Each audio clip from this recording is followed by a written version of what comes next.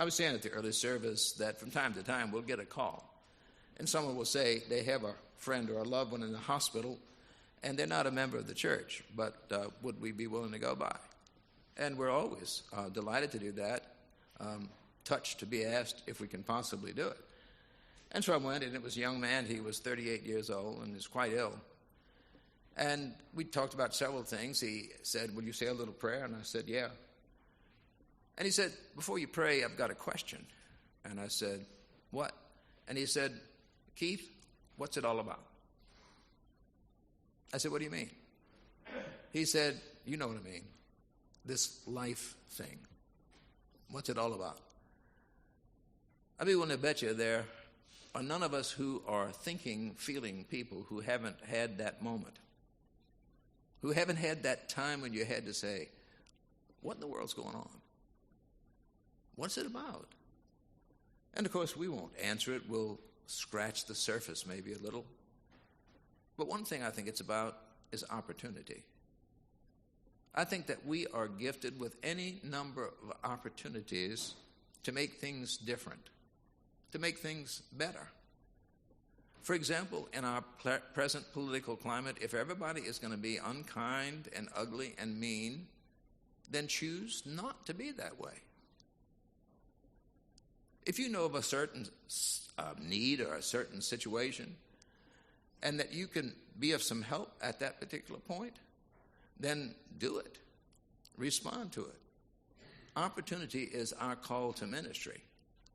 It's our chance to be able to touch a life, to be able to make a difference. That young man in the hospital said, "I want to thank you very much for coming. I didn't deserve it." I said, "What?" He said, "I didn't deserve the gift of your coming." I said, "Neither do I deserve the gift of God's coming in grace to me or to you or to anybody else." There are as many opportunities out there as could possibly be, and all you have to do is open your mind, your heart, and your willingness to do something to respond to one.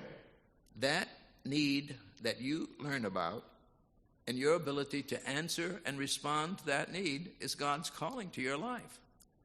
God's calling to your life for that particular day or that particular time.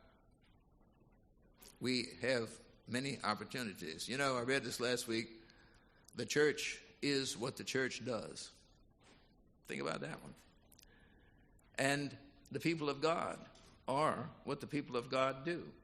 Now, this doesn't mean for a moment that salvation is getting out there and having to do so many things to work up brownie points. We've been past that.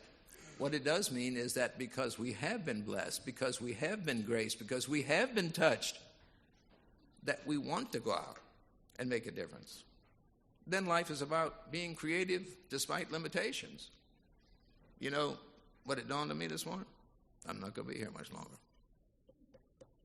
That's the truth. I'm not planning on going anywhere right now. I hope not tomorrow, the next day. But you and I both live in a world of limitations. And so we have to do what we want to do, need to do, or are able to do right now.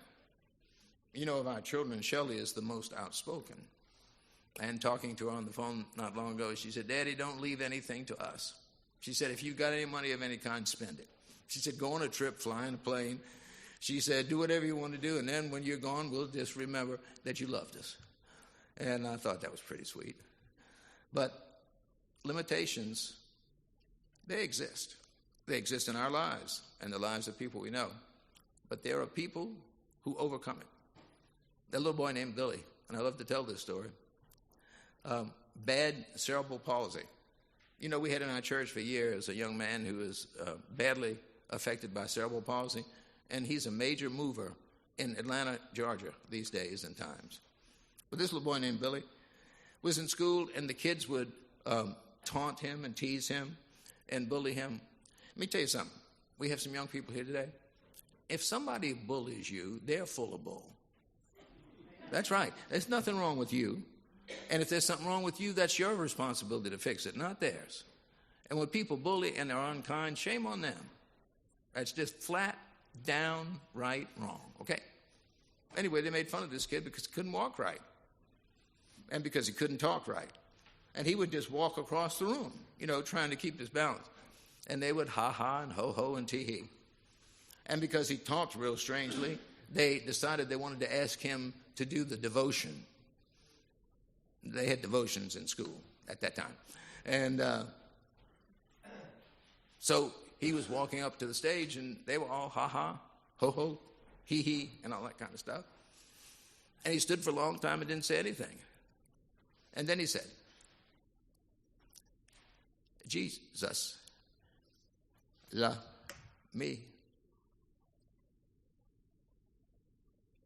Jesus, love you too. And there was not a sound in the house. Yeah, we got limitations, but we can overcome them. And if it's not that melody and some other one, then get God's help to overcome that limitation, to do what you can in the time that you have been given to do it. And then finally, I think life is about creating a legacy, don't you? We live X number of days. I remember losing a girl named Karen in my church with bone cancer on the coast, sweet girl, and big basketball player, and tough one.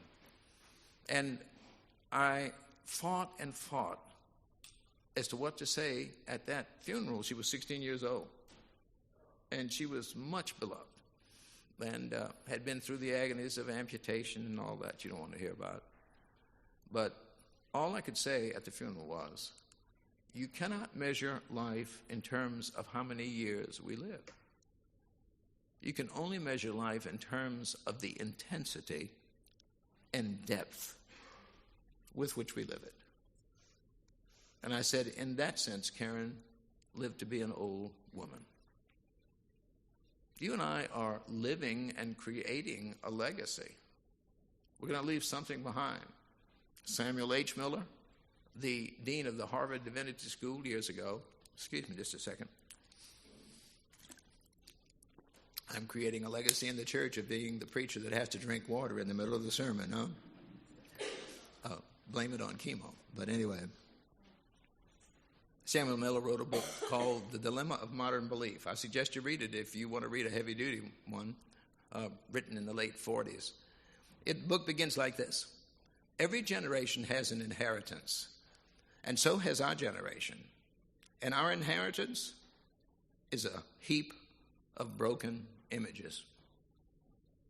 The image of the political systems, of the economic systems, of the social systems. You can complete the list. You and I then have the opportunity to rebuild what's broken. And if you need a little stimulus, here it is. Isaiah chapter 58, verse 12. You shall be the repairer of the breach and the restorer of roads for men and women to travel. Wow. Imagine that. I've told you the story about Mama at Wells' house before. Tell it again. Went to lunch one day. She was combing her hair, 92 years of age. Little dementia set in. Son, will you come in here for a minute? Yes. Will you look in the mirror? Yes. This is the Revised Standard Version for the children. Who the devil is that in the mirror, And this morning, I had the terrible experience of looking in the mirror, to shave. And I looked in the mirror and I thought, who is that outward appearance? And the answer is, that's not me. I mean, that's how I appear. But I'm kind of young inside.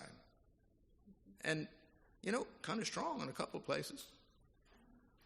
Even have a smaller waist, inside.